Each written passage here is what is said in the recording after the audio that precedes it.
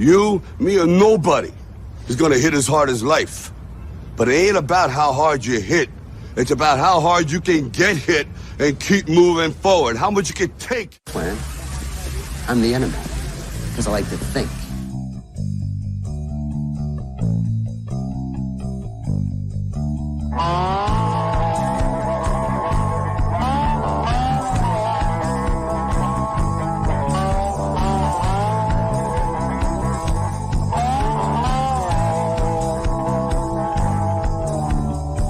You can travel like a Bobby doll. You can hang out like a biker's mom. You fit in anywhere you go. Bring your own style just to steal the show. You started so long with a slow and you said, drink with a lot, you drink and smoke on your bed. Love by all yourself, you know. You're all with him, boy, you're the star of the show.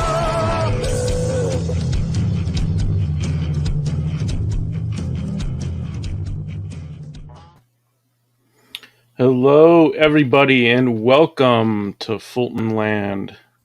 We're happy to see you guys this morning, this afternoon, this evening, wherever you are in the world. And we're glad that you guys are able to make it here so we can talk about gaslighting, what I think is a particularly vicious form of manipulation. We see it quite often. The term has gained some popularity in recent years, and we've seen some specific examples of it this last week that I thought might be interesting to talk about, particularly the psychology behind it, why people are doing it, and how to recognize it and counter it. So, Russ, how are you today, sir? Yeah. I'm good. A bit tired. I was up on a Gotham by Gaslighting. Yeah, nice. I was up a bit late with Indie Vault on Tuesday night, and then up early the next day because I had to go out to an appointment, and so I'm still a bit. I've had, unfortunately, had a couple of production issues, but I'm over that. All is good. And no production issues on Outliers, though. That's been working out well. I've been doing thumbnails for part 2 this week. Very good. So I should have some layouts next week. All's good. All's good. That's it. I can't really say much more. I'm very dull and very boring. I've been out training, and I've managed to hit someone this week, which was really good. Nice. And that felt good. And getting hit, that felt good. Yeah. And drawing, just loving it. Yeah, I think the most fun part of combat sports is combat. Yeah. I miss it. Karate isn't a sport. Oh, sorry. Combat sports and martial arts. Martial arts, yeah. There we go. It's a good life. Matt Fowler says hitting people is always fun. Yeah. I agree. And Genuine Comics, Dave Brink says Russ is never dull. It's always a pleasure to listen to him. Well, Dave's lovely. And speaking of gaslighting, I believe it was Past Master Dan who said he did it once in college as a prank. And I believe he's talking about lighting farts. Just as long as you didn't get a blowback, Dan. Yeah. That could hurt. That's not pretty. Ring of fire. Yeah. I fell into a burning ring of fire. As I went down, the flames went higher, and it burns. That ring of fire. That ring of fire. No, it could get worse, mate. It could get worse. I went on a camping trip once with a couple of other guys, and they were talking about lighting farts. And I said, "What are you guys talking about?" They said, "You're lighting your farts on fire." I'm like, "Get out of here!" Like, no, really, it's a real thing. So then the three of us, like a couple of idiots, spent the next hour trying to light our farts on fire, and I don't think any ignition happened. Just some one guy burnt arse hair. one guy claimed he did, but I'm told you're supposed to see blue flame when it actually happens, and there was none of that happening. You're going to need some gassy food for that to really work, I think. Yeah, and not just beans. I mean, I'm talking proper. Maybe some Asian food, Indian food, something like that. Something with some real spice in it, and get your guts churning, and then out it comes. But you got to be really good with timing as well. Yeah. George says, "I'm going to give this guy my money for a book." Well, Listen, hopefully, the book should stand on its own merits, no matter what we do anally. I promise there won't be any fart lighting in the book. Although in chapter 2 there is a demonstration of fiery power, but it has nothing to do with lighting farts. I promise. So I'm going to get some screen sharing going, and then we're going to take a look at a different kind of gaslighting from what Past Master Dan used to do. And this is just a quick summary. I wouldn't give Psychology Today a whole lot of deference as far as being an authoritative source for information regarding psychology. It's a subject I've studied for 30 plus years, and Psychology Today is kind of like the Wikipedia of the psychology world. So you can check it out, get some information, and then basically go do real research on anything that you find interesting.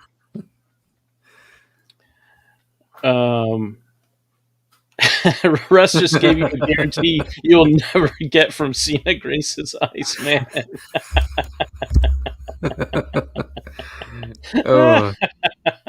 At least he can cool it down after the fart. Yeah, that's true. Yeah. That's true. And Past Master Dan says Benjamin Franklin wrote a book about farting proudly. He strikes me as the type that would walk around farting proudly. He didn't really give 2 shakes of a raccoon's tail what anybody thought, which is why he wore a coonskin cap to France. Yeah. Do you think that's why maybe Trump got the name, the family name? I don't know. I suppose it's possible. Yeah. Trump. But so here I did decide to use Psychology Today's description here of gaslighting because it basically sums it up fairly well. And so I'm sure everybody in the chat is familiar with the term, but just in case there's someone catching the replay who haven't heard of it before, it's basically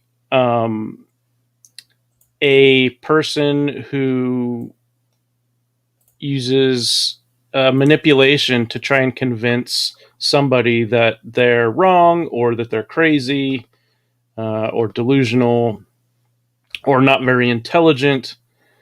And essentially they're using examples of things happening or not happening and then pretending like it's the opposite. But they're doing it in a way where they're just, with a totally straight face, they appear very sincere. And if they do it well enough and long enough, then a normal, rational person might start thinking there's something wrong with them rather than something wrong with the deceptive, manipulative person who is messing with them. And Matt Fowler says that gaslighting is what you're supposed to do to crazy ex-girlfriends. I would say that there's some crazy ex-girlfriends who probably do gaslighting, which takes them from girlfriend status down to ex-girlfriend status, and crazy boyfriends for that matter. Woodrow says, I'm lucky I had a good psychology teacher. She's partly why I started paying attention to all the culture war stuff. She said it would lead to some bad stuff, and she was right in 2014. Man, we're seeing a lot of familiar faces in the chat today. I want to take a break from Psychology Today and just say hello to everybody. I know that Jim Cox was here first, so howdy, Jim. Again, Dave Brink from Genuine Comics, Mr. Von Stugel, George, otherwise known as Sirloin of Beef for the Kingdom of Fulton Land. Very good to see you today, sir. And I did like your Star Trek list, even if Mo, well, the less said of that, the better. Moving on. If you weren't there for, what was it?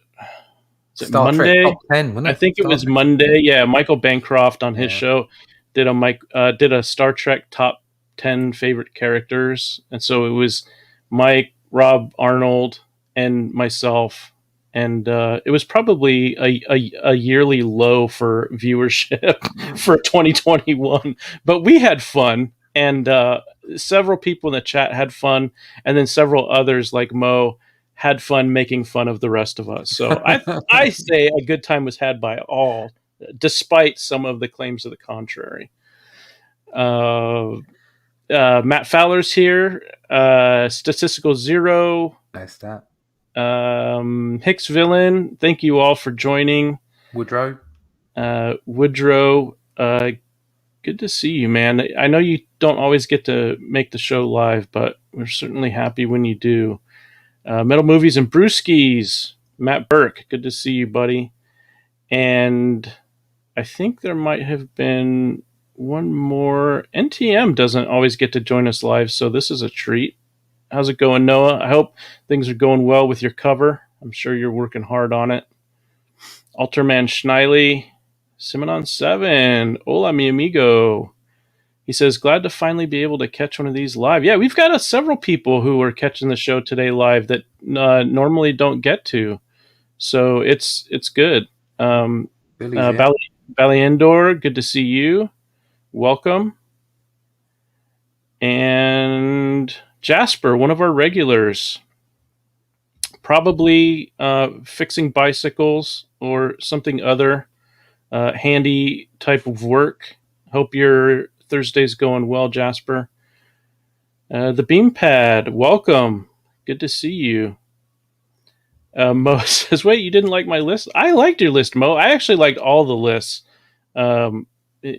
The ones that were sincere and the ones that were mocking. I liked them all.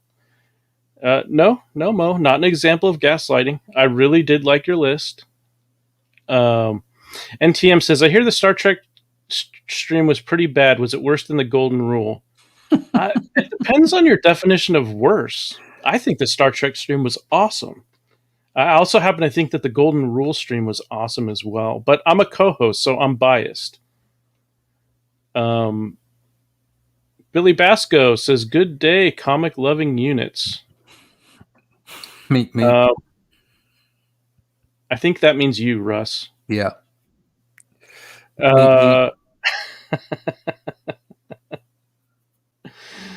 Okay. And That looks like the guy from Futurama.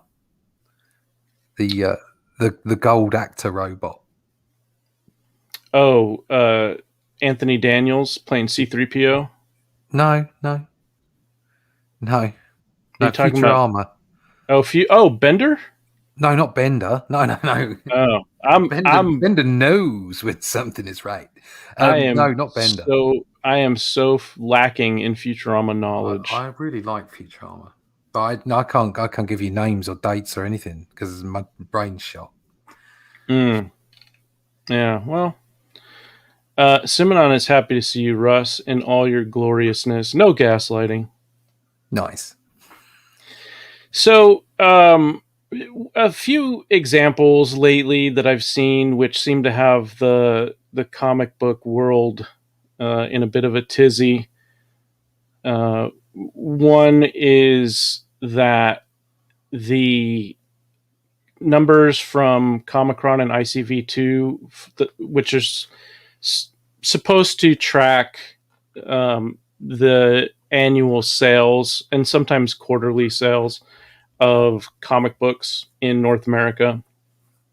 And recently, I believe it was 2019 is when they started incorporating sales of manga, Japanese comics, and books through Scholastic, the kids' book club company that also sells to libraries. And things like Dogman or Captain Underpants or Raina Telgemeier's books like Guts and Smile, which, a lot of hardcore comic book readers say that stuff, those aren't comics. Well, they fit the technical definition. Uh, but up until recently, they were never included in the sales aggregation. So the question becomes, why did they go from not being included to a couple years ago suddenly being included? And the reason, in my opinion, and in the opinion of many others, is that the numbers kept falling off. And there was a real concern about this trend continuing, I guess you could say. And so when people who were tracking these things decided to include manga sales and scholastic sales, not just of comics that comic book publishers produce, but also these other things like Guts or Captain Underpants, Dogman, then suddenly the numbers spiked tremendously. So one question here is, how do you know you're being gaslighted? Essentially, it's when you start increasing your own self-doubt as the person who's trying to manipulate you is insisting that this thing that they're telling you is correct, and your own memory is incorrect, or your own understanding of the world is incorrect. And that's one of the things that we've seen the last few years for this idea that numbers are much better than what they actually are. If you were to talk to a retailer, let's say, or a bunch of retailers, let's say, and you were to ask them, "Hey, does your business or those of the retailers do they reflect this so-called boom in sales?" And the vast majority of them will say no. Now, some of them have embraced the idea of selling manga and scholastic books and whatnot, and those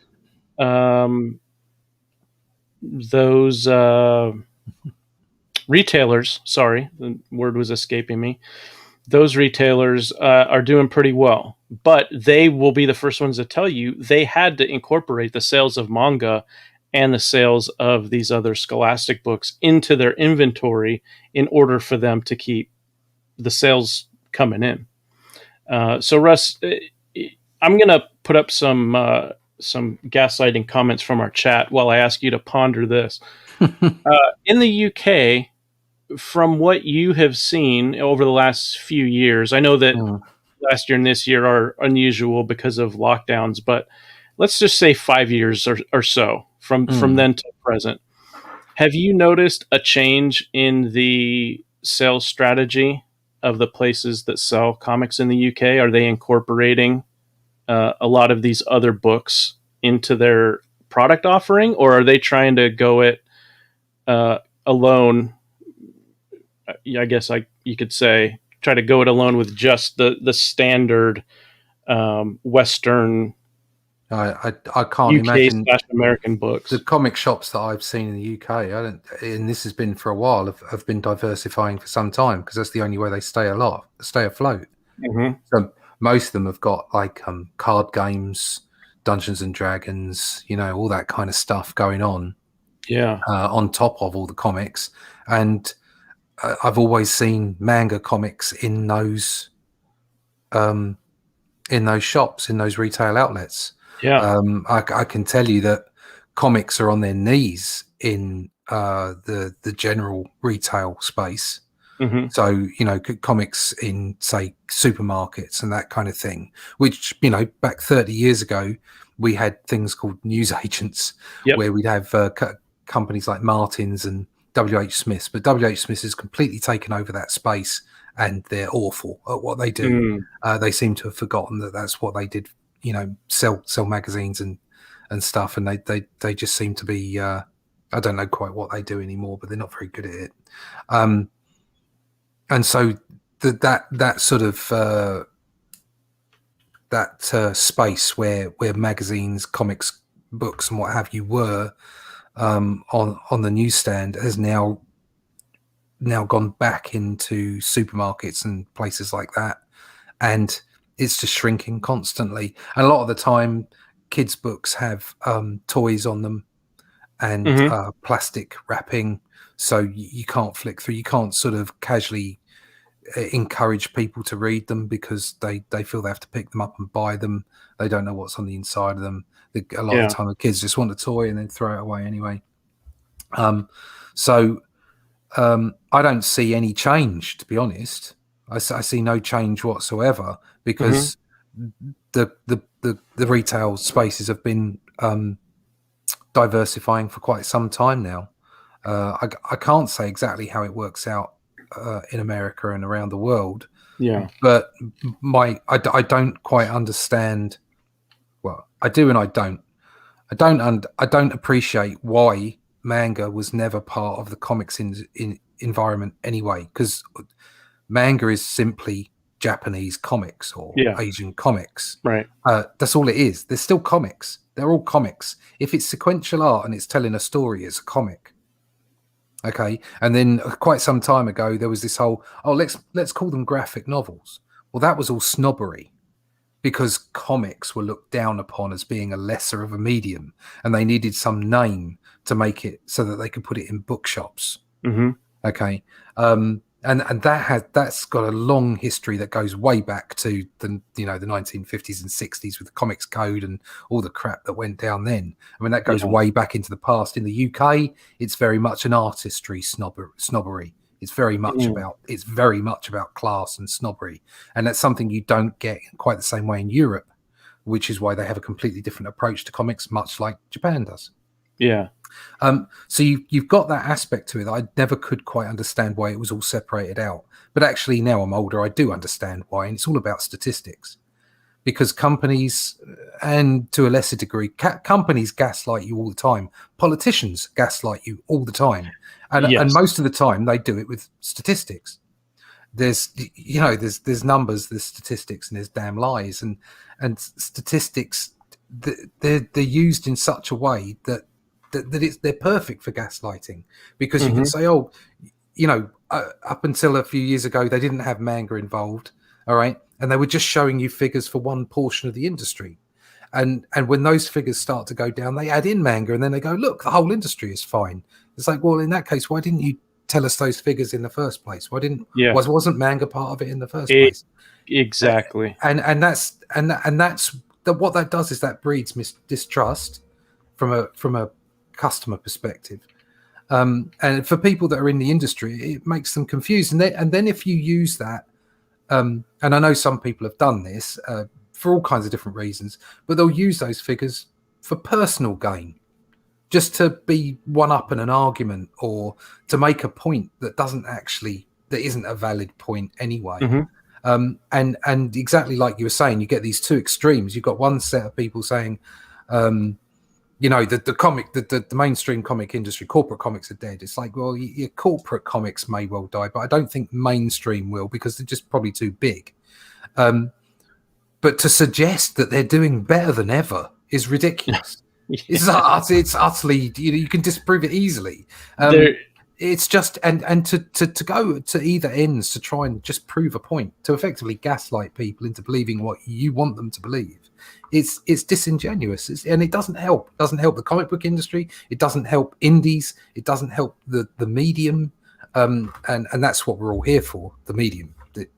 So yeah, it happens. It seems to happen all the time, a lot of the time in politics, but so often in corporate, in the corporate environment, where they're just trying to get you to believe something that will help them move in the way that they want to move. So I don't understand why manga wasn't in it in the first place, because comics is comics. But I know I'm going to get beaten up for that. Yeah, but that's the way I feel. If it's sequential art, I mean, I've picked up manga. I like the occasional manga comic. I'm more into Western comics in the same way as European comics. I'm not that into European comics. I just really like the pulp of the superhero and sci-fi Western comic. I love it. It's just something that I've loved since I was a kid. But that doesn't mean I can't appreciate those other comic styles. And if it's sequential art and it's telling a story, then it's a comic to me. That's just my simple way of looking at things. Yeah. Ultraman says, Joe sounded disappointed that I'm here. I'm never disappointed when you're here, How could we be Ultraman disappointed? Schneider. I would mention at the top of the show that I'm still recovering from a month of 18-hour workdays. I thought I would be back to my usual cheery self, but quite frankly, I'm kind of dragging it, so I apologize for that. But some of the great gaslighting examples from the chat were much better than the one I gave. Mo Big said, Atari in 1986. Saw this one. Guys, we're saved. Nintendo sales are through the roof. Yeah, brilliant. Clearly, the corporate comics in America would be the Atari in this example. Yeah. And then manga would be Nintendo. And then Simonon7, my Mexican brother from another mother, says, I hear Taco Bell is doing amazing business. Mexico is enjoying a growing taco economy. And then he says, Italy is also very happy with Little Caesars business. That's very good. Do they have Little Caesars in the UK, Russ? I think so. Yes, I've not been to one personally. You're not missing out on anything. It's basically the cheapest imitation of pizza you could possibly put together.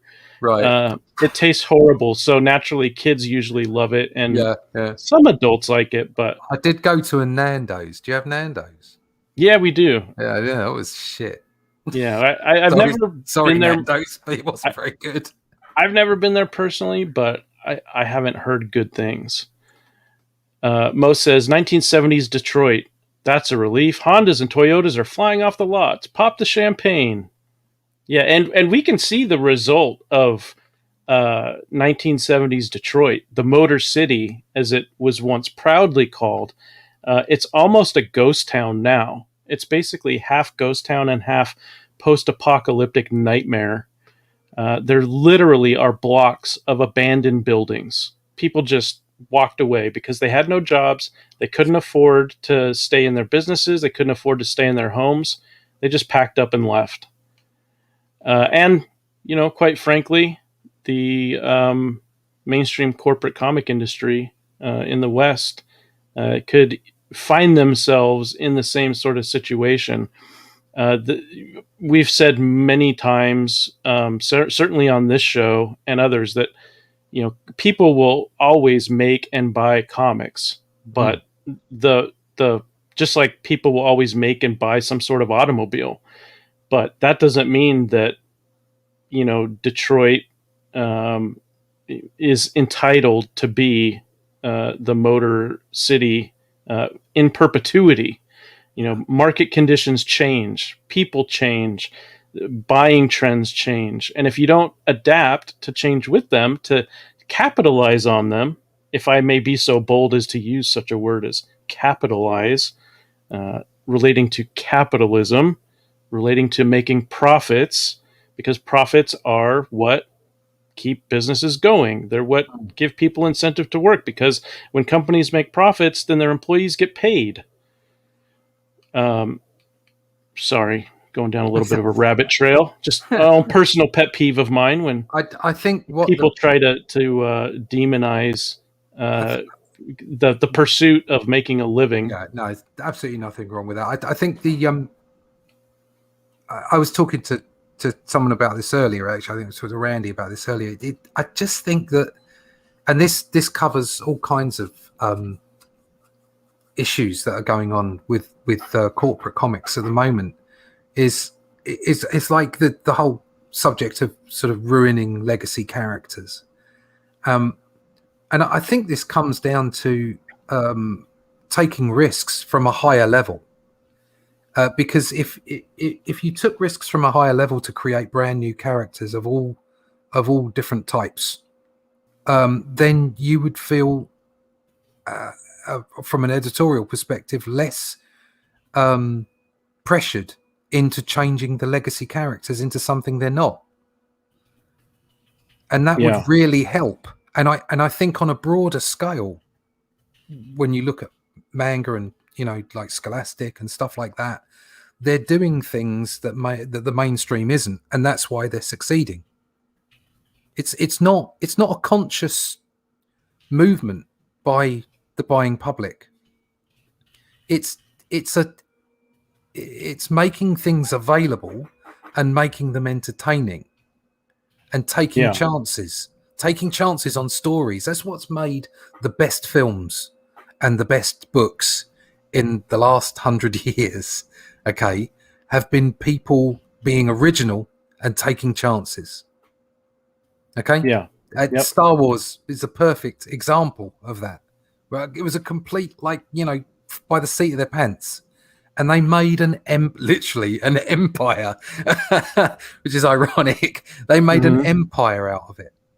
Okay, and that's how you do it. It's because what we're in is we're in an environment where so much of corporate decision making is holding back people from really creating good stuff. Yeah. Alter Man Schneidley says, how long before they count sales of back issues? Oh, no. Know what? I laugh, but they probably will. Who says they're not doing that already? I don't know. It's possible. It's possible. And that's one of the things about the Comicron ICV2 report is that the guy who runs Comicron, John Jackson Miller, he says that his numbers are based on estimates because Marvel and DC are no longer having their books distributed from Diamond, and he would get a lot of his, if not most of his data from Diamond. So without that, he's got to go on data that he pulls from other sources, and it's less accurate. That doesn't mean that the Diamond data was always 100% accurate. It never has been, as far as I've been able to tell. I first started having dealings with Diamond back in the early 90s, and from people I've talked to, because I got out of comics for a while from the mid 90s until the mid 2000s, but from people that I have talked to, retailers who have been in it constantly for 30 to 40 years, the data from Diamond has never been 100% accurate. There's always been discrepancies. So when we look at the numbers now from places like Comicron and ICV2, it's even more of an estimate in each category that they have to go with. So, but I don't think it's so much. I don't think we should be looking so much at manga. I think all it is it's an opportunity for the general public to buy different things. I think the Scholastic stuff to me is more interesting. I know that sounds really weird because of the kind of comics that I love and the kind of comics that I want to make, but they're hitting a market. They're tapping a vein. Yeah, and that's what we must all do. You got to tap that vein. But even like I was saying, that the comic book industry over here is pretty much on its knees. Yeah. But if it could just find a way to tap the vein, I mean, there are properties that are evergreen that will sell, that you can put them out there, and as long as you support them properly, as long as you make sure people know about them, they will sell. So that comes right the way down to point of sale. Like how things are displayed and what have you, which is why I'm not keen on WH Smith's, because you can never find a comic there. You can never find anything. It's always terribly displayed. Whereas at least the supermarkets have the room to have, like long stretches of magazines and comic books. So I think it's just tapping that vein. I think it can be done, but they've got to appreciate that there's an issue first. I think that's what we're talking about. The gaslighting is you do have to come to terms with the issue. That as we can all sort of shout, it's the end, it's over. It's unlikely because these corporate, the people that are producing corporate comics are corporations and they have huge sums of money. So it's unlikely to be the end, but there needs to be change for it to continue and to work well. And as much as I feel like the indies are probably going to grow to be the bigger half of the industry at some point, The only way that happens is with a balance, and you need them to be creating books. You need books to be out there. You need Yeah. the general public and kids in general to see books, to see them on shelves, to be able to go and pick them up, whoever it is. Okay, and otherwise they'll forget they're there. And that's the main reason why we've had such a drop off. I know there's such things as video games and phones and all the rest of it, but kids still love books. Okay, maybe not in the same numbers, but they still love books. There's still a market. There's still an audience, and the direct market. As much as I love comic book shops, by taking them off the newsstand, you've effectively whipped it away. They're just not as available. They're not seen. They're not, it's just, if kids don't see they're there, they're not going to pick them up. And that's what thing that you need to tap the vein. You need to be open. But before you do all that, you need to appreciate that maybe things aren't going quite the way you want them to be displayed. So put your ego in your back pocket and just do something about it. Yeah, I agree. And there's a couple of people in the chat, Bristolian Dave being one, and I think Stato might have been another one. People talking about how manga, despite being obviously very popular, it should be looked at as a competitor. And if they would have done a series of competitive analysis reports and tried to figure out where the appeal was for manga that they did not have in their own books, they could have then taken that information, adapted it into what they know how to do and what they had been doing for decades, and then capitalized. There's that word again, capitalized, making money, making sales. But it seems to me, and guys in the chat, you can let me know if you feel differently, but it seems to me like they reached a point where certainly the big two in the mainstream, probably more than that, basically gave up and took on this, well, if you can't beat them, join them type of attitude, and say, we're going to count them with us. We're all part of the same family tree. And so therefore, all of the sales numbers from those other branches, we get to take credit for all of those. Yeah. And it earlier, I think it was Dave Brink with Genuine Comics. I believe he was the one who said, do you think that the manga publishers are counting American comics as part of their sales numbers? Of course not. Of course they're not. No, of course they're not. Do you think that Raina Telgemeier or Dave Pilkey are counting American comic book numbers along with their sales numbers? Of course not. No, which is why they need to admit that there's an issue. Mm-hmm. Okay, but I mean, you can see some of that change. I mean, poor old DC has gone through quite a racking change, and instantly, I mean, the first thing they did was get rid of Diamond. Yeah, and start thinking about where else to put their stuff, where else to get their stuff out to, and they were at least aware of that. Mm-hmm. I know that doesn't speak to the content, but again, if you change the corporate perspective, you change the corporate viewpoint, and say, tap the vein, get it out there, then maybe you'll give more freedom to your creative staff, and some of them will be able to return to some of the things that certain portions of the audience like, and so you can start building up those numbers again. But it all comes down to the same thing. I know, it is, and it's about getting those books out there. Mm-hmm.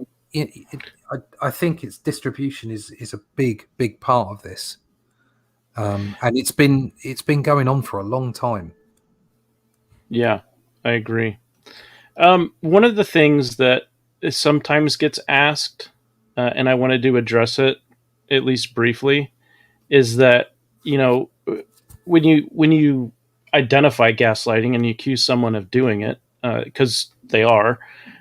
So I've heard the argument before. Well, either it will get denied. No, I'm not. You're gaslighting is a common response. But sometimes there'll be the question asked, well, maybe they don't mean to do it. Is it? So I wanted to ask the question: is gaslighting ever unintentional? And basically, if it is, then it's something that they learn to do from others. But the vast majority of the time, it's intentional. They know what they're doing, and they're trying to intentionally deceive people. There was another comment somebody made that was really good. Oh yeah, here we go. Bristolian Dave. He says it's all about opportunity cost for the customer. A customer has $15. Do you spend it on 2 well-written manga books or 3 terribly written comics? You have to convince the customer that you're worth it. Yeah, but absolutely. You're absolutely right. But at the same time, if you're a customer and you're coming in for comic books, I mean, I saw there was a comment back there. I think it was Matthew Fowler that said, like that. I'm not sure if it was or not. One of the comments I read further on back up was that the way people talk about comics, so they talk about manga or they talk about comics. Okay, if you put either of them in front of my wife, she's going to say they're a comic. Okay. So it doesn't matter about the creator. It's not about like the core fans. It's not about creators. When we're talking about business, when we're talking about corporate gaslighting, it's about getting those books in front of people, making them aware that those books exist. Okay, you're absolutely right. If I think it was Dave that was saying, you've got to convince people. How much do you want to spend? Is this a good? That all comes down to what's in the books. Okay, and once they're available and people are looking at them, then they can make that choice. Yeah, it's an informed choice, and that's what the core audience is doing. That's what the fans are all about. They make an informed choice. But in order to grow the industry, and that's what you need. These figures are showing that you need to grow the industry. Dog has grown their aspect of sequential storytelling. Manga is growing their aspect of sequential storytelling. Yeah. Western comics needs to do the same thing. Yep. But in order to do that, you need to be available. You need to be obvious. You need to be there in Walmart. Somebody else said something about Walmart. Okay, because Dogman is in Walmart. Yeah, okay? Target's in Walmart. Like if you don't go out there and show people that you're available, then no one's going to know you're there, no matter what the content or how much you pay for it. Yeah, I agree. It's certainly accessibility is a big problem. And as you mentioned earlier, and I happen to agree with you, when the big two struck an agreement with the direct market retailers to essentially end newsstand sales. Sometimes people ask, well, what was the thinking behind that? Because weren't they selling a lot more when they had both the direct market, the comic book shops, and they were selling through the newsstand? And basically, when you analyze the numbers, what it revealed is that they weren't making a profit on newsstand sales in most cases. But what they were doing is they were getting advertising, essentially, because the newsstand distribution, as Russ pointed earlier, gave much wider visibility and accessibility to potential readers. How many times did a parent and their kid happen to be in the shop or in the store or at the newsagent or whatever because the parent needed to buy something? And then while they were there, the kid said, I want that. Why did they see it? Because it was there in front of them and it got their attention. And so then the parent would buy the kid something to keep them occupied. Before you know it, you've got a comic book reader. That's why you need both.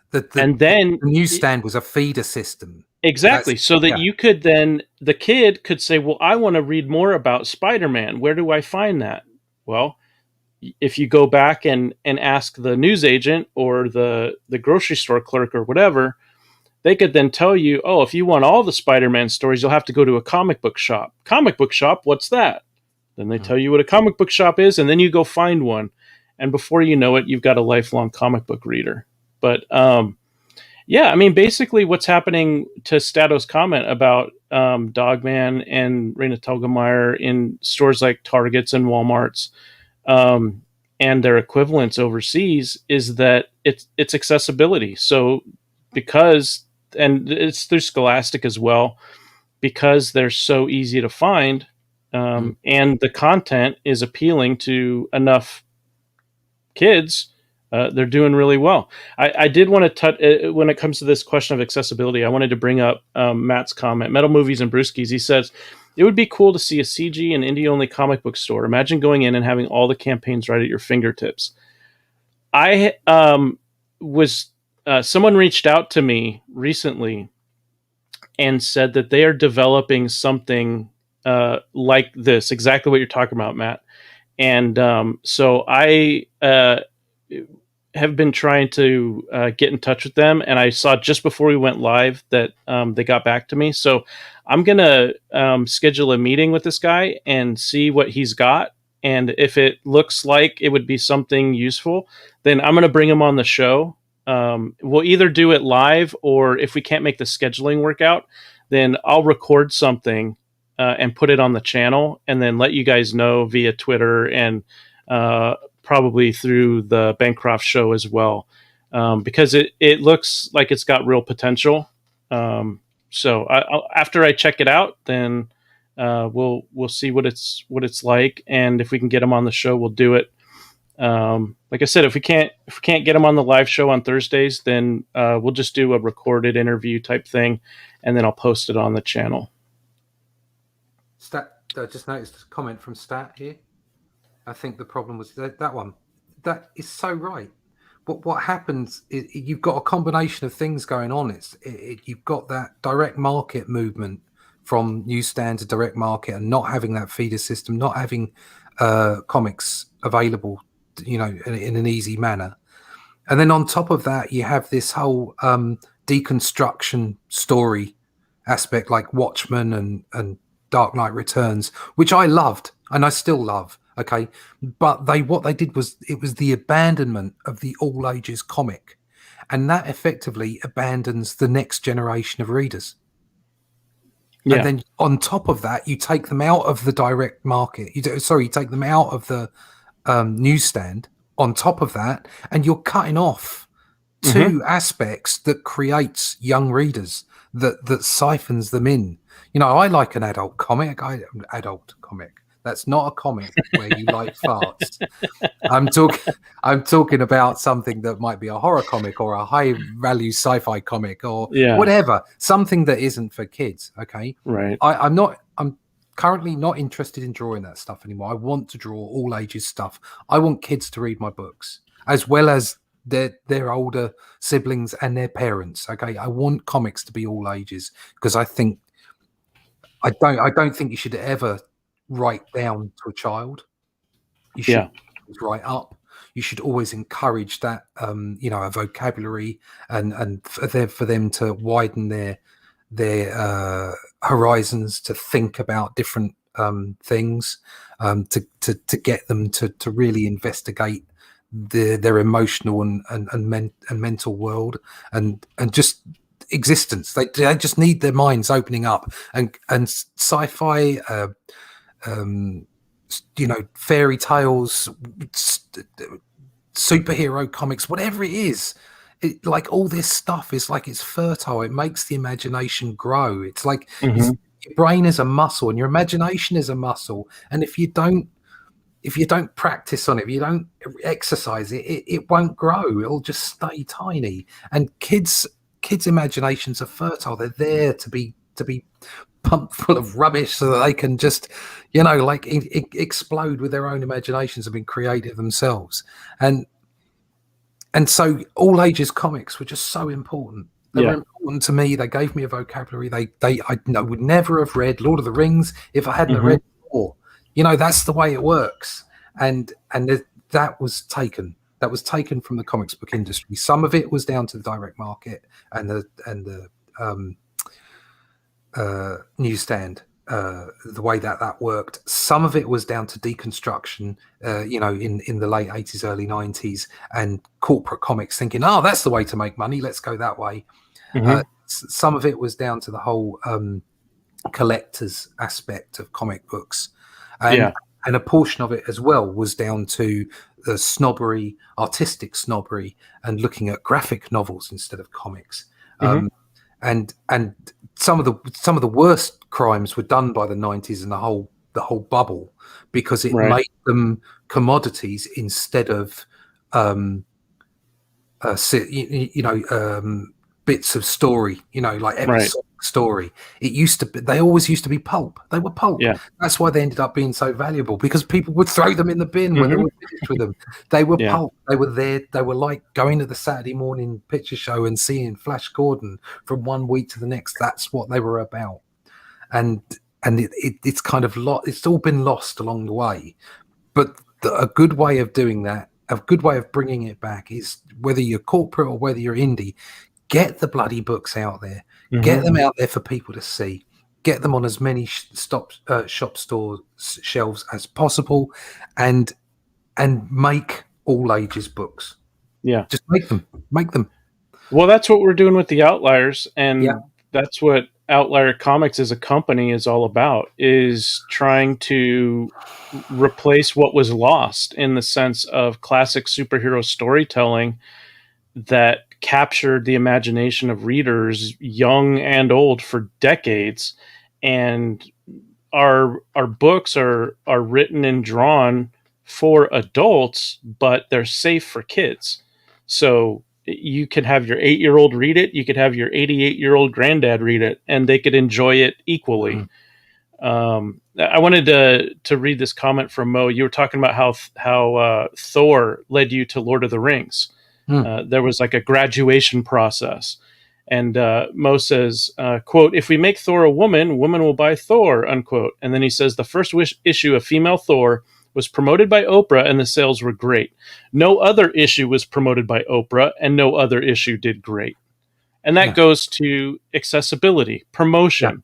If you know about it, then you have a chance to decide if you want to buy it. But if you never hear about it, you never see it, obviously you're not even going to get the chance to think about buying it.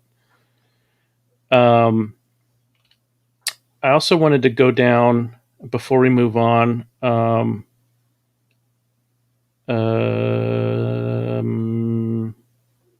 there's a couple of them. Baliandor said that Sunstone is a mature comic I recommend everyone read. It's even available for free on Stepan's DeviantArt.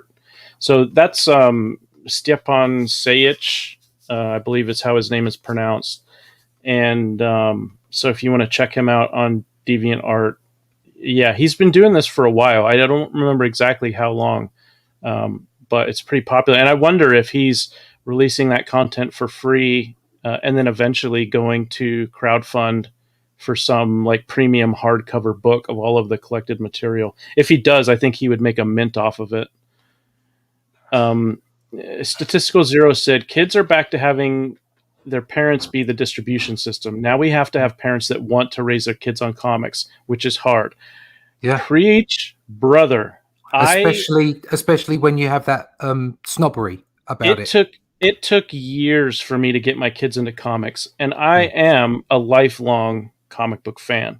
Yeah. I had comics on the shelf before my kids were born. They've literally grown up around them their entire lives, and it still took effort on my part. When I was at school, like I hear a lot of people talk about nerds and people who buy comics and them getting sort of picked on by other people. When I was at school, between the ages of 10 and 12, when I was buying 2000 AD, everyone wanted a piece of 2000 AD, whether they bought the comic or not. If you had a comic, like somebody wanted to give it a quick shoot through, because it was. What is the word for it? It was underground. Do you know what I mean? It was like it was punk rock. Like 2000 AD was punk rock in comics, and people loved it, and kids loved it, and everybody just got on. Do you know what I mean? There there wasn't any of this. I don't understand quite the way things are partitioned now. I suppose I'm just too old. But that's what you want. You want kids to. If comics are everywhere, like Stat's saying, if they've got to go through their parents are always going to be conservative. They're always going to err on the side of being socially conservative. Whether you like that or not, they want to protect their kids. They want to protect their kids, and there's nothing wrong with that. Okay, Yeah. but what you want is you want comics out on store shelves so kids can go and buy them themselves. I mean, the stuff that Alterna pumps out, $2 a book. That's where you want to be. That's another, like all that list of issues I had. One of the other issues was because of what had gone on in the 90s, how everything is now on this glossy paper. Yeah. And there's some gaslighting for you. The industry or certain people in the industry saying, particularly one particular gentleman, okay, you should know better, I think, suggesting that you can't possibly do it like Alterna does it.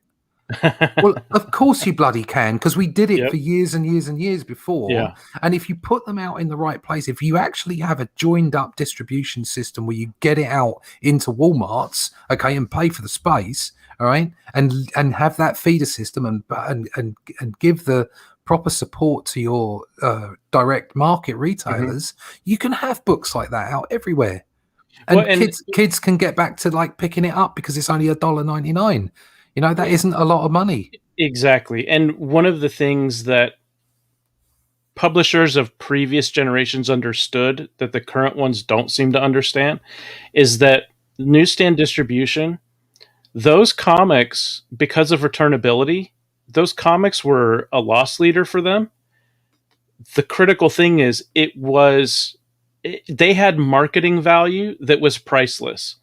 And if they would have treated those books as a marketing expense instead of what was supposed to be a profit-making sales channel, then they could have been booming for the last, 30 plus decades, rather than the opposite.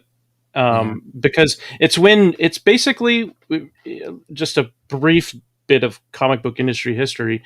Basically, when some of the publishers, and in this sense, I'm talking about the actual people that filled the publisher role, not the publishing companies, but the actual people who held the publisher title, when they were either retiring or they were moved out against their wishes, and then new editor-in-chief and publisher positions were taken over,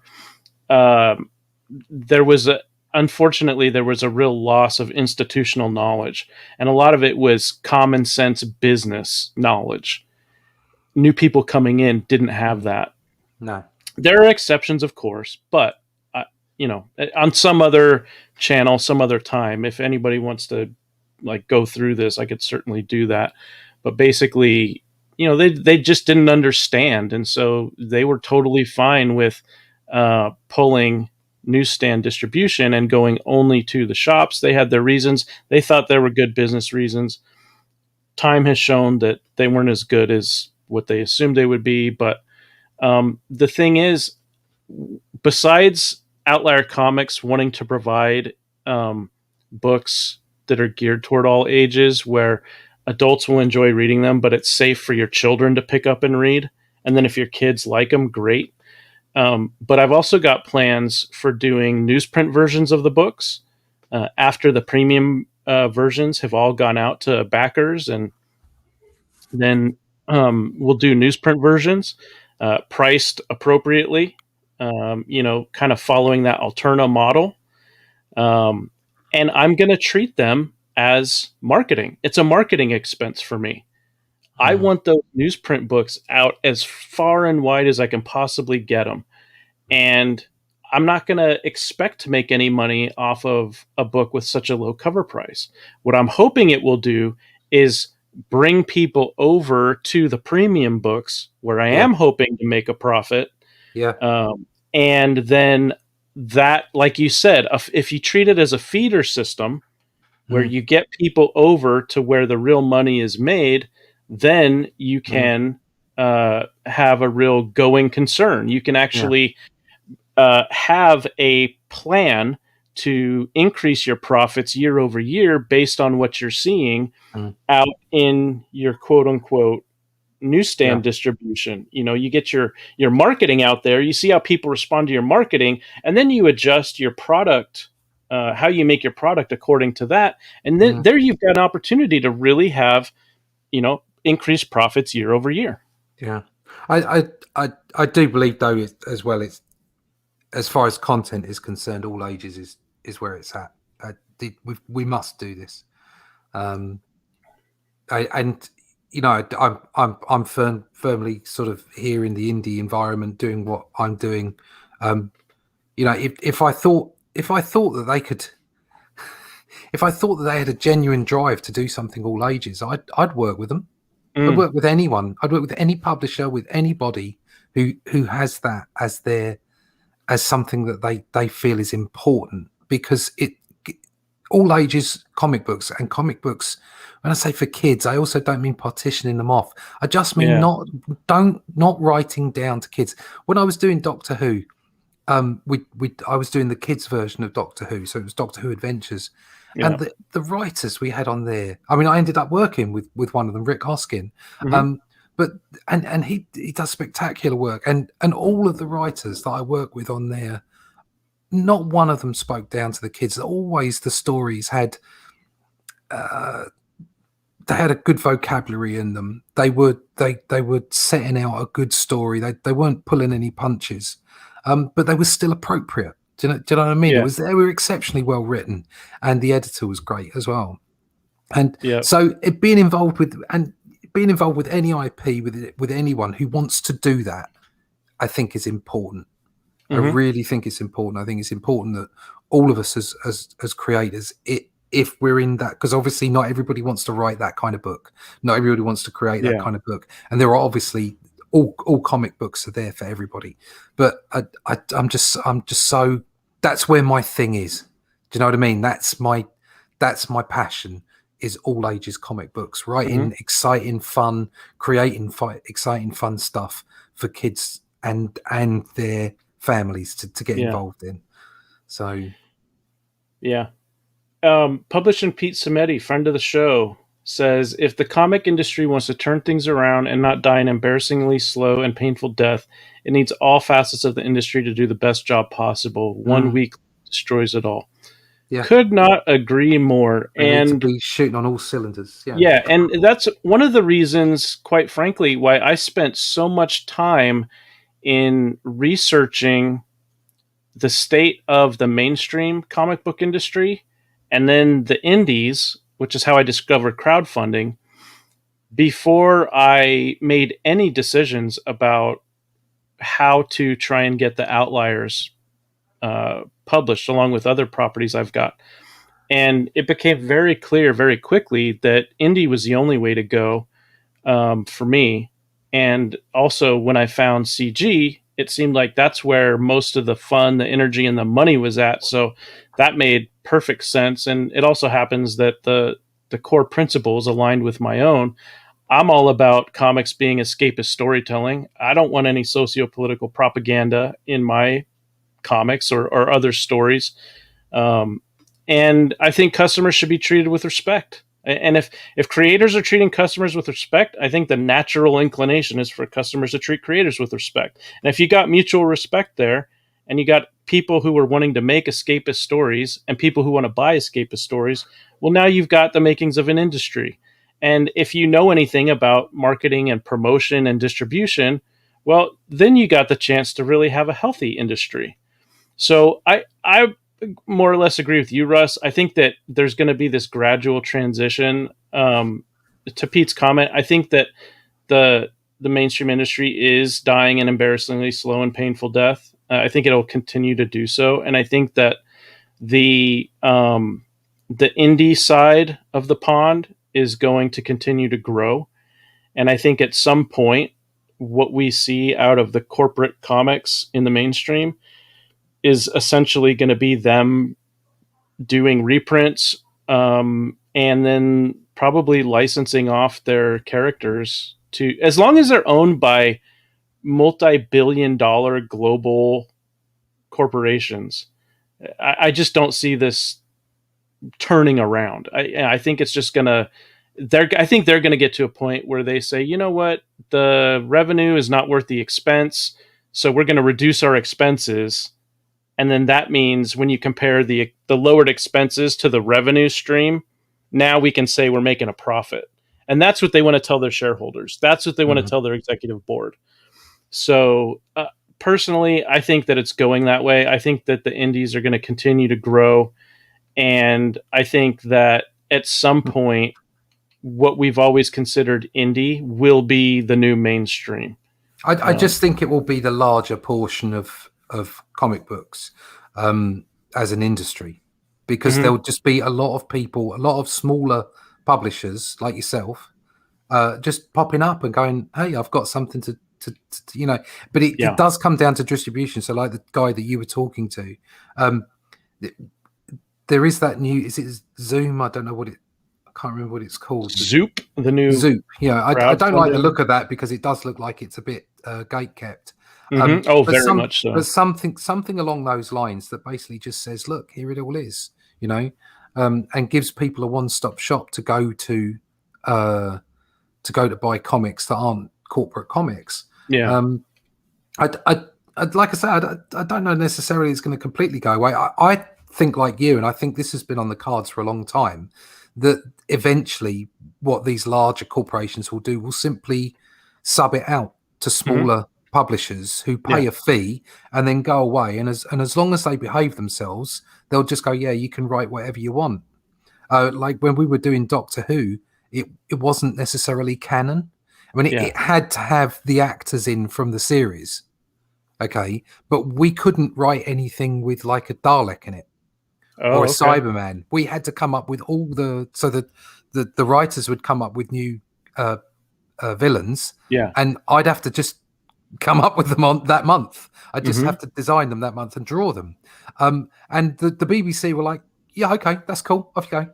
And they check it, but they were trusting of Panini, obviously, because they had a good relationship with them, and then off it went, and it kind of had its own life. And I see that, you know, sort of Spider-Man, Batman, Superman, I don't see why you can't do that successfully. Why they can't just relieve themselves of the pressure of making comic books and hand those over to other competent publishers, okay, who will just get on and make good comics. Okay? And if that were to happen, it would rejuvenate the industry. Yeah.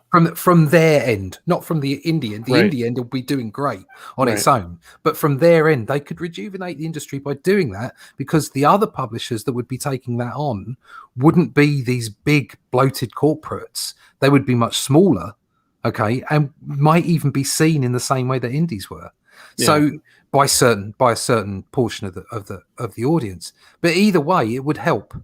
Because you'd be able to rejuvenate those characters, and then if you add that to the possibility of having a decent distribution system, that now hopefully they are actually going to sort themselves out as far as distribution. Now they've got rid of Diamond, okay, it might actually be the case that the distribution gets better. But certainly, just having what you want is comics to be obvious. You want them to be seen.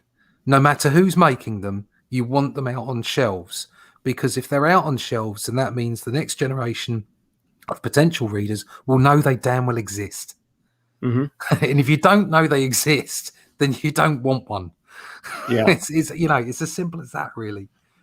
We got another comment from Publishing Pete Samedi. He says, when quote unquote leadership like Joe Quesada publicly give themselves a pat on the back for another bad year writing the coattails of manga and Scholastic, you know the industry is doomed. Well, that's exactly what we were saying at the start, isn't it? At the beginning of the show, we were talking about that. Yeah, it exactly. And that was one of the examples of gaslighting, you know, where you've got these people in executive leadership in these corporate publishers, especially at Marvel and DC, where for at least 2 years in a row now, he's done that. Possibly 3, but I think it was 2. And yeah, it's the old, was it the old thing that was really popular in Europe back a couple hundred years ago, where they would have body odor that was so bad, but instead of bathing and getting rid of the body odor, they would just put on loads of perfume to cover up the Yeah. stench. That's what these kind of Twitter posts that Casada and some of his contemporaries, when they do this stuff. And yeah, Well, I mean, quite. Again, Go ahead. what I was saying is that they're effectively using a statistic, okay, to underpin an argument they're having online. Mm-hmm. It's like that's gaslighting, effectively. Stop it. Just stop it. Just don't get involved. Just get Yeah. on and make the best comics you can make. Maybe turn it around. But whatever you do, just like stop it. It's obvious that the where the growth has come from. The growth has come from manga and Dogman. Yeah. That's so why say anything different? Just say, do you know what? It's really great that all these books are doing so well. Isn't it wonderful that sequential art is getting out there to people? Let's all do better by it. But that's what I suppose. That's what gaslighting. That's what this is all about. What this stream is about. That's what it's all about, isn't it? Just trying to get people to think your way. Exactly. That's what it's exactly like. And so if you have these executives in leadership, whether it's Joe Quesada, Jim Lee, take your pick. I mean, there are other so-called indie publishers, but Eric Stevenson at Image. There's I'm sorry, but you call yourself an indie company if you want, but when your company literally is a corporation and you run it, you structure it and run it like a corporation, then you're making corporate comics. That's just my opinion, but you'd have to go a long way to convince me otherwise. And Pete here is saying people at the top do their best to gaslight everyone and tell them a turd is a diamond, and they fool the loudest people who want to believe it, creating two extremes. Yeah, I mean, if you can get your he says rational people are largely all caught in the middle and demonized. Yeah, if you can get the loudest people on either end of a spectrum to believe, you can successfully gaslight them into thinking and saying what you want them to think and say, then they'll go out and spread the word in the town square, and these days it's social media, and try to convince other people. And the trouble is that the din is so loud that it's difficult to get a reasoned opinion out there and talk properly and communicate properly and get a problem solved. Yeah. And the this idea that social media is so influential, blah blah blah. I've heard that I don't know how many times from corporate publishers. And yet recently there was this study done. I wish I had it here. I would have put the results up on the screen. But essentially what it does is it breaks down the statistics of Twitter users specifically. And then it talks about in the comic book industry, and it talks about how much influence Twitter really has on sales, right? And basically what it did was break down of the percentage of comic book readers who use Twitter, and then the percentage of those readers who actually use Twitter to read stuff versus say stuff. Making a real long story real short, about 2% of people that actually read comics, and I don't know if this is them buying comics, because so many of them read pirated comics. So I don't know if it's just reading or if it's actually buying, but 2% of the ones on Twitter who are talking about comic stuff actually read comics. And 98% of the readership is not on Twitter, is not telling these publishers that what they're doing is great, and is also not telling the publishers when they think it's garbage and they stop buying. 98% of the readership. So these publishers are making these long-reaching and long-lasting decisions with a cascade of effects and consequences based on a completely misinformed view of the importance of Twitter likes and retweets. But you see, Dogman, Scholastics won't be doing that. No. They'll what they're doing is they're selling to their demand. which are kids, Yeah. and that's. I mean, I would prefer all ages comics rather than kids specifically comics. Mhm. Okay, because I think all ages is better because it doesn't talk down. But you can still do kids comics. Still do kids comics. Comics between say the ages of 6 and 15. 15 maybe a bit too old, but 6 and 14. Okay, and you don't have to write down to them, and you can give them, good quality stuff. And find that market. Go out there and find that market now. Go and get books out there. I don't want a book full of, and this is even looking at it from maybe an older comic reader's perspective. Kids don't want books full of marital problems between Peter and Mary Jane. Right. Okay, I couldn't be more heteronormal than that, could I? Mm-hmm.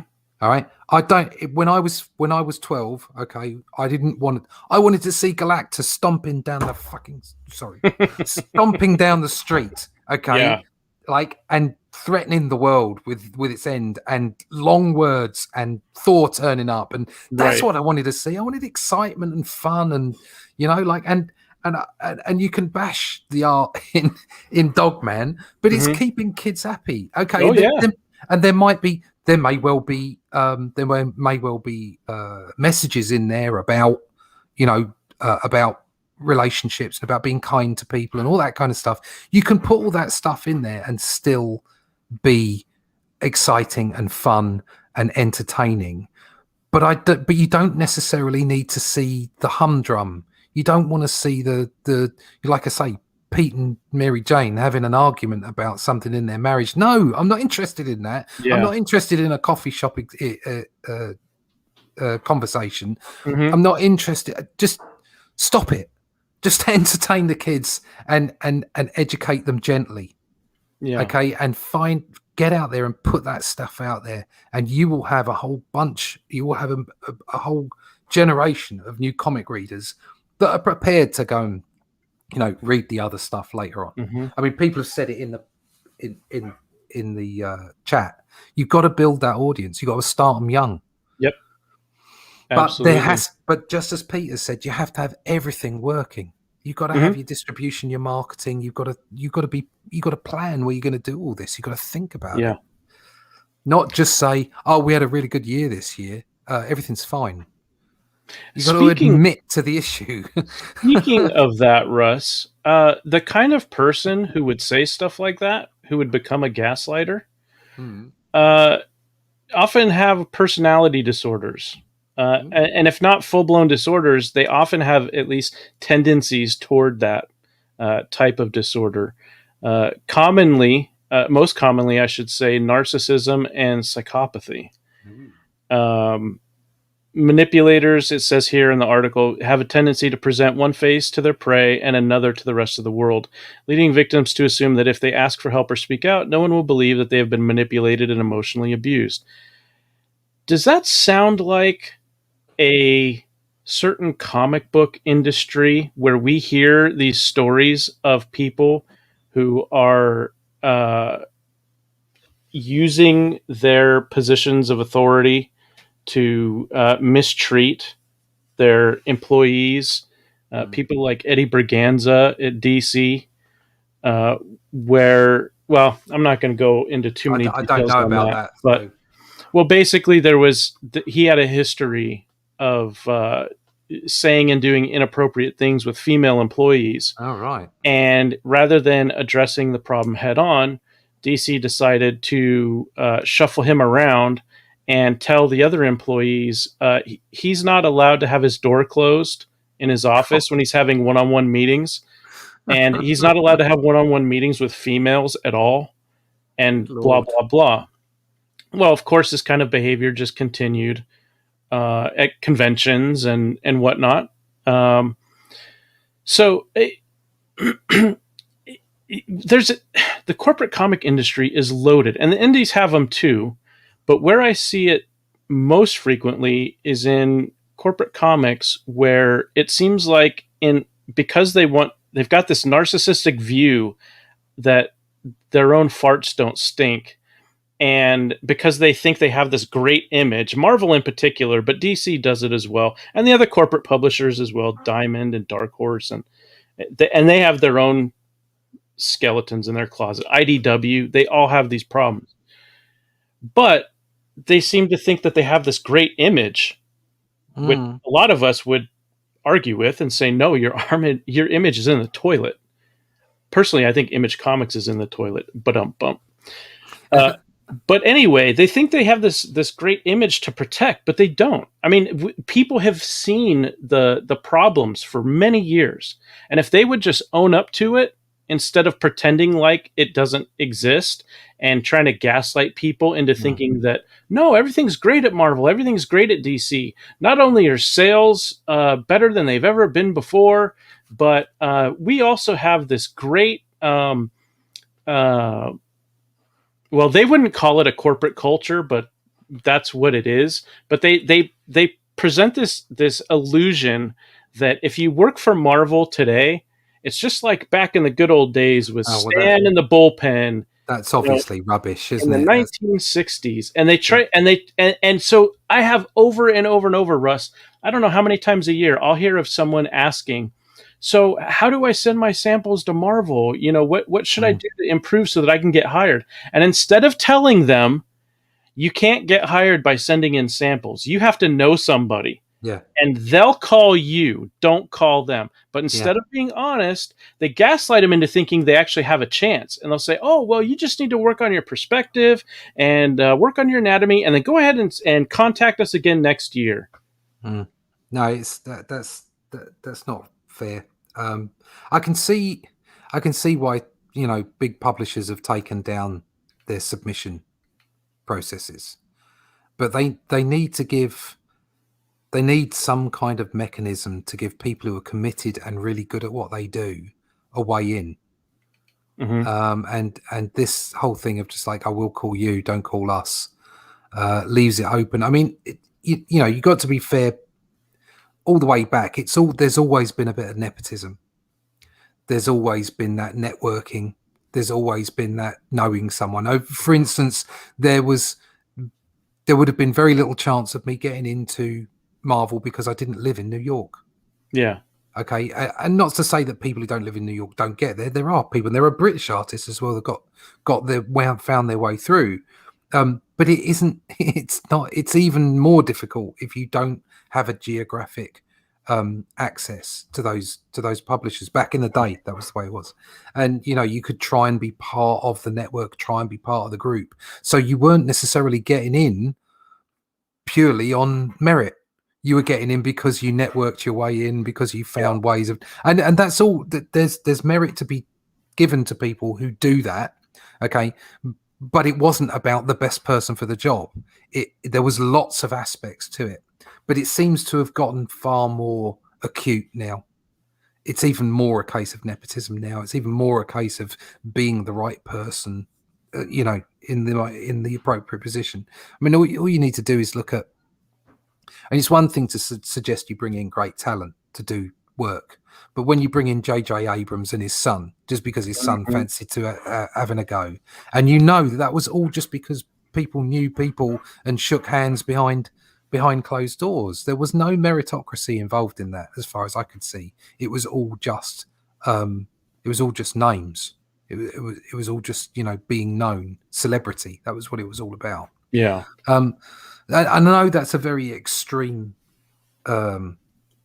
example, but that stuff's going on, and that in itself, that's why the industry needs indies, real indies, so that people have a chance to show the meritocracy, to get out there and show what they're capable of.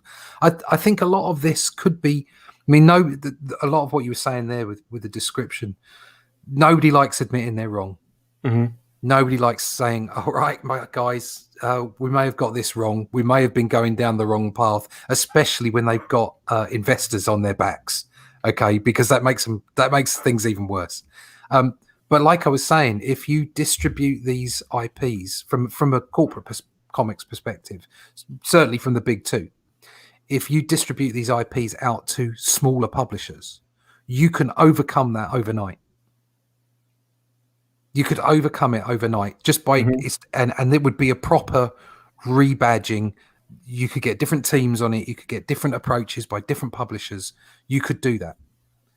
You could even set them up yourself without anybody knowing and have it done. There are ways of doing it if you really want to. And I think the problem is that comics are not seen as a big enough cash cow anymore. Right.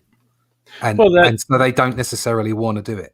Yeah, exactly. When your comic book company is one of the smallest pieces of your corporate business portfolio, you're only going to put so much effort into making that profitable. And if it's not profitable after a certain amount of time and effort, you're just going to cut it loose, because it doesn't make sense to invest your time and resources into that segment if it's not paying for itself, let alone making a profit.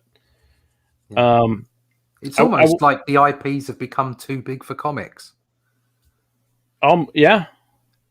From before everybody dog piles on me, I mean, from their perspective, from their perspective, exactly. Yeah. And earlier in the chat, Pete Samedi made a comment about how when comics went Hollywood, then that was the beginning of the end.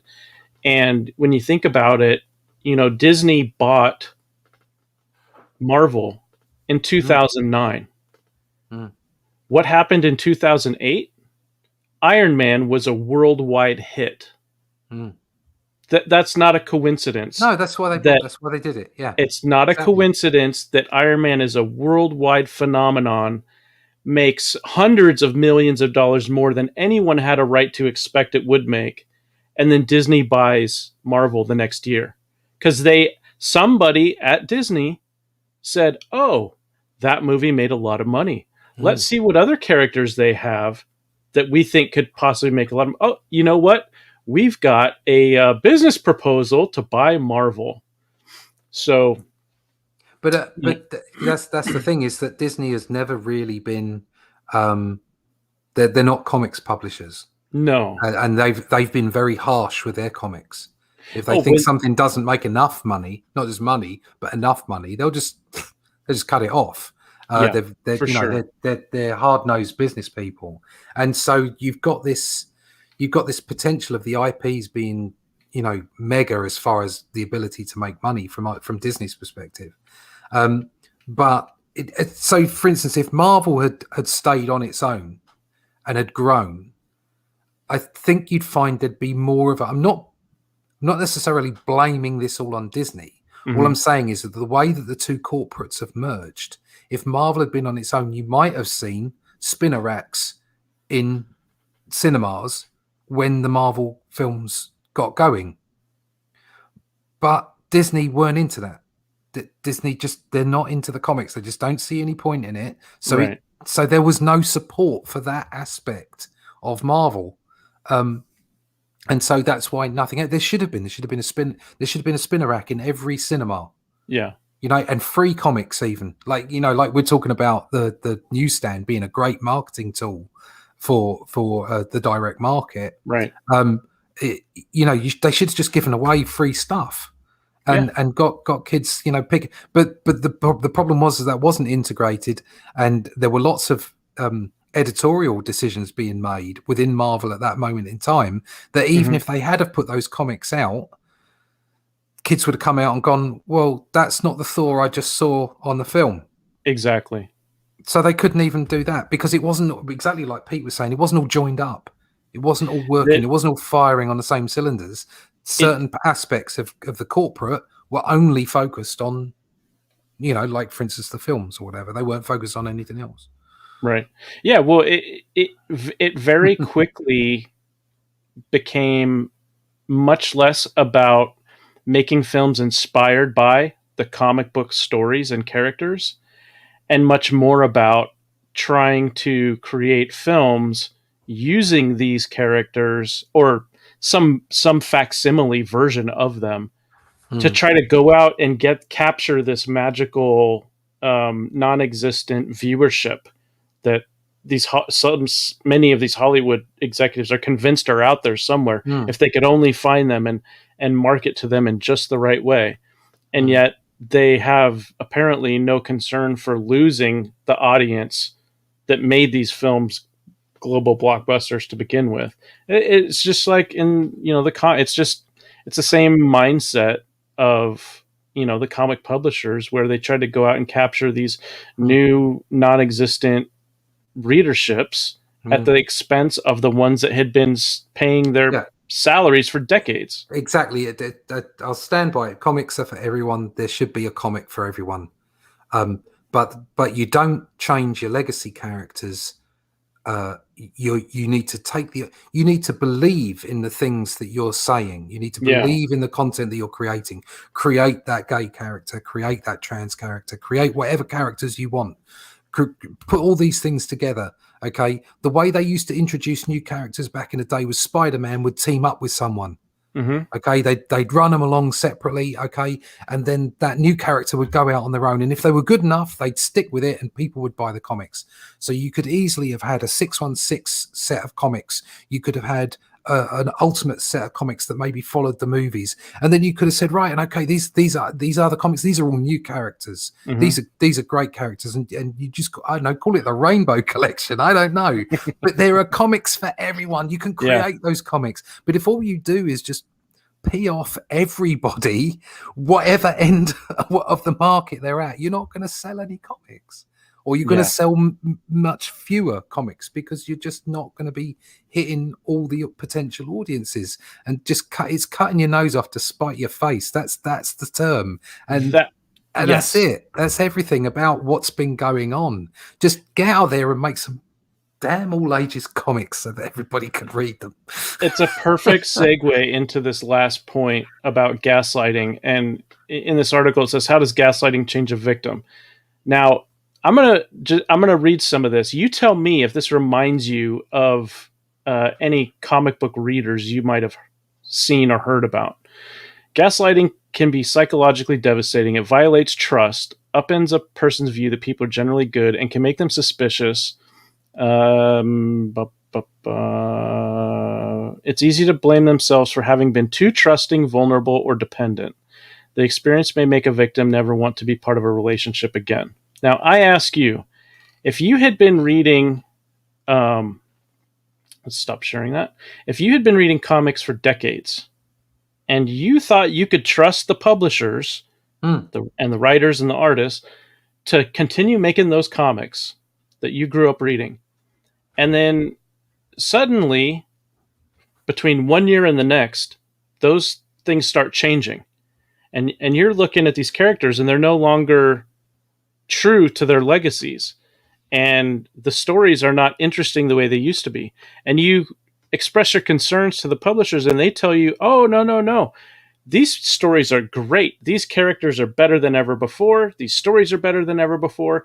And if you disagree, the problem is with you, not with the stories. The problem is with you, not the characters. The problem is with you because you're an ist, you're a phobe, you're the problem, and we're the solution. You just need to get on board with what we're doing. Now, in this scenario, the reader would then be the quote-unquote victim of the gaslighting, right? And if they believe that the trust that they used to have with those companies is broken, then what incentive do they have to stick around for very long if they don't think that that trust can be reestablished? No, that's exactly the problem. I mean, like I say, their solution right now is to aim squarely at kids. That's your solution. But you've still got to do it properly. You still can't, throw rubbish at them. You've got to write to them. You don't talk down to kids while you're producing content for them. You make sure that it's good quality content, and that's the way forward. That's the only way forward they have, because they've lost. That there is a lot of trust been lost in the legacy audience for exactly what I was saying earlier, changing things instead of just adding things. Adding is always better than changing. Adding is always better. Sort of like take what works and add some more stuff to it, and see what works in the future. But if you start having, if you let ideology and politics drift their way into into the decision making for entertainment, for whatever it might be, it's a bad thing because you're always going to upset someone. You're always going to, you want to give yourself the biggest, widest opportunity to have the largest audience you possibly can. Yeah. Because the paying public is what's paying your wages. Art T. Bear says he always talks up to kids. Always. Mm. And I'm thinking that he always talks up to kids, not down to kids, because Art is short. I was about to say, how tall is Art?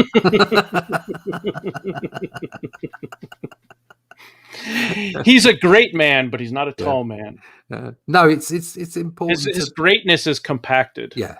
I mean, it's like it's oozing. It's like the cosmic energy. Art T. Bear's cosmic greatness. Yeah, I know that. Yeah. So I wanted to end the show on a positive note. So there's a couple things that I want to mention. One is that once you become aware of gaslighting as a manipulation technique, then you start spotting it a lot more easily. And the best way, in my opinion, to immunize ourselves from the effects of it is simply to use critical thinking skills. If something that seems off, analyze why. What's going on here? What seems out of place? What's not working? And then the more we think about it in those terms, the easier it becomes to identify what the weirdness is, what the problem is, and then be able to figure out, well, what might the motives be for somebody trying to do this? We've talked about it this whole show, what some of the motives are, at any rate, of, corporate comic book publishers and why they might be doing this stuff. I think the uphills are there. I think indies are going to show the way. They'll be showing what the breakout hits are. They'll be showing what people really want. I think there's still a possibility to save. Not to save. There's still a possibility for corporate comics to change. And I think the way to do that is to stop producing comics themselves and license out to smaller publishers so that they can kind of give themselves a facelift. And then if they do the right things with the properties that they have and they market to a younger generation, it's like in the way that Dogman does, they can pull it around. But it requires, exactly as Pete's saying, everything needs to fire on all cylinders, and especially that customer service. You need to have good relations with potential new audience and show them what you can do, and hopefully say, look, okay, maybe you haven't liked comics in the last 10 years, but these comics we're going to show for your kids with the IPs, with like Batman or Superman or Spider-Man that you loved when you were a kid, we're doing it again. It's happening again, and then we can all grow together. Yeah, indies can show the way, and it would be nice to think that maybe some of those IPs that we loved can rejuvenate in some way, and maybe by stopping it themselves and handing it off to other publishers and letting them get on with it. Yeah, and creating quality content, then maybe I would be excited to see something like that, because there are still those characters don't go away. They're still up here and in your heart. They don't ever leave you, and you want them to be there. You want them to be good. You want to read more stories about them. You want other people to appreciate them the way you did. But I think another more important thing for us and for comics industry in general is that the indies shows the way and creates great work. There's another golden age here. It's just, we got to step up. We got to make it happen. Well, it's what inspired the creation of the Outlier universe. It was me and people like me saying, we really wish that we could have the Marvel and DC characters and stories from back in the 70s and 80s. Those of us who are older would probably go back to 60s, 70s.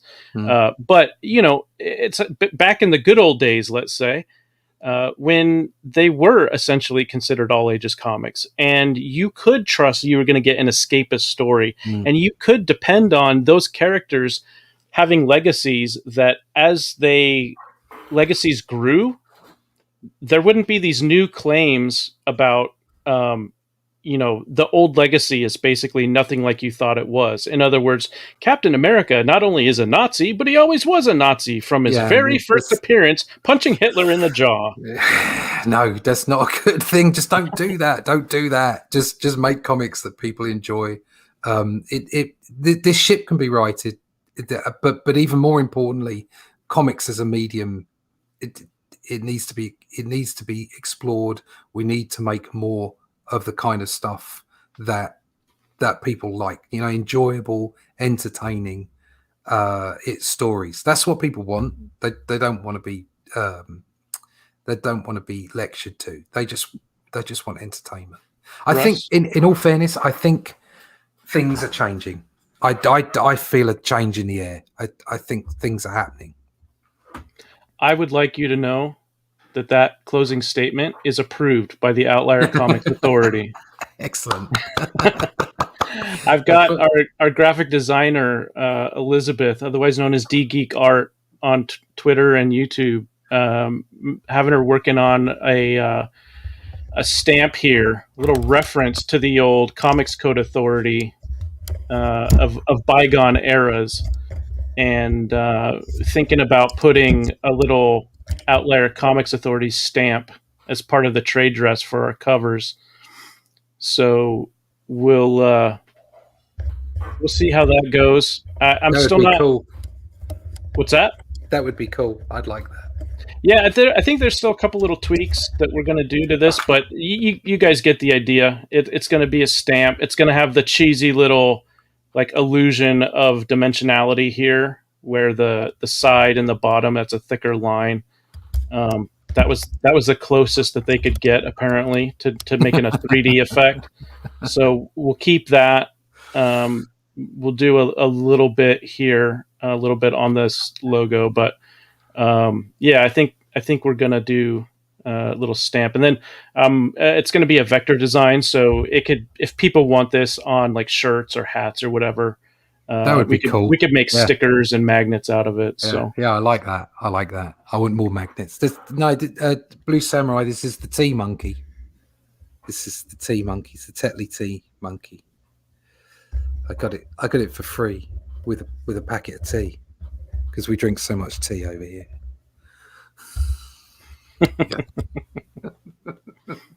Now you know.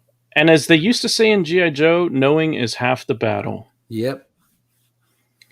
Well, that's our show, everybody.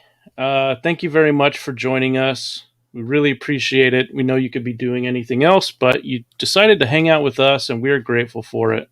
Yeah, we had some great. There's some great chat there. Really, really good, insightful, backwards and forwards. It was good. Mm-hmm.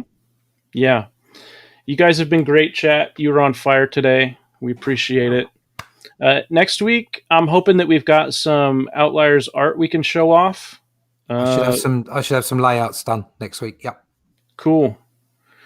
And until then, let's go out and make a great day.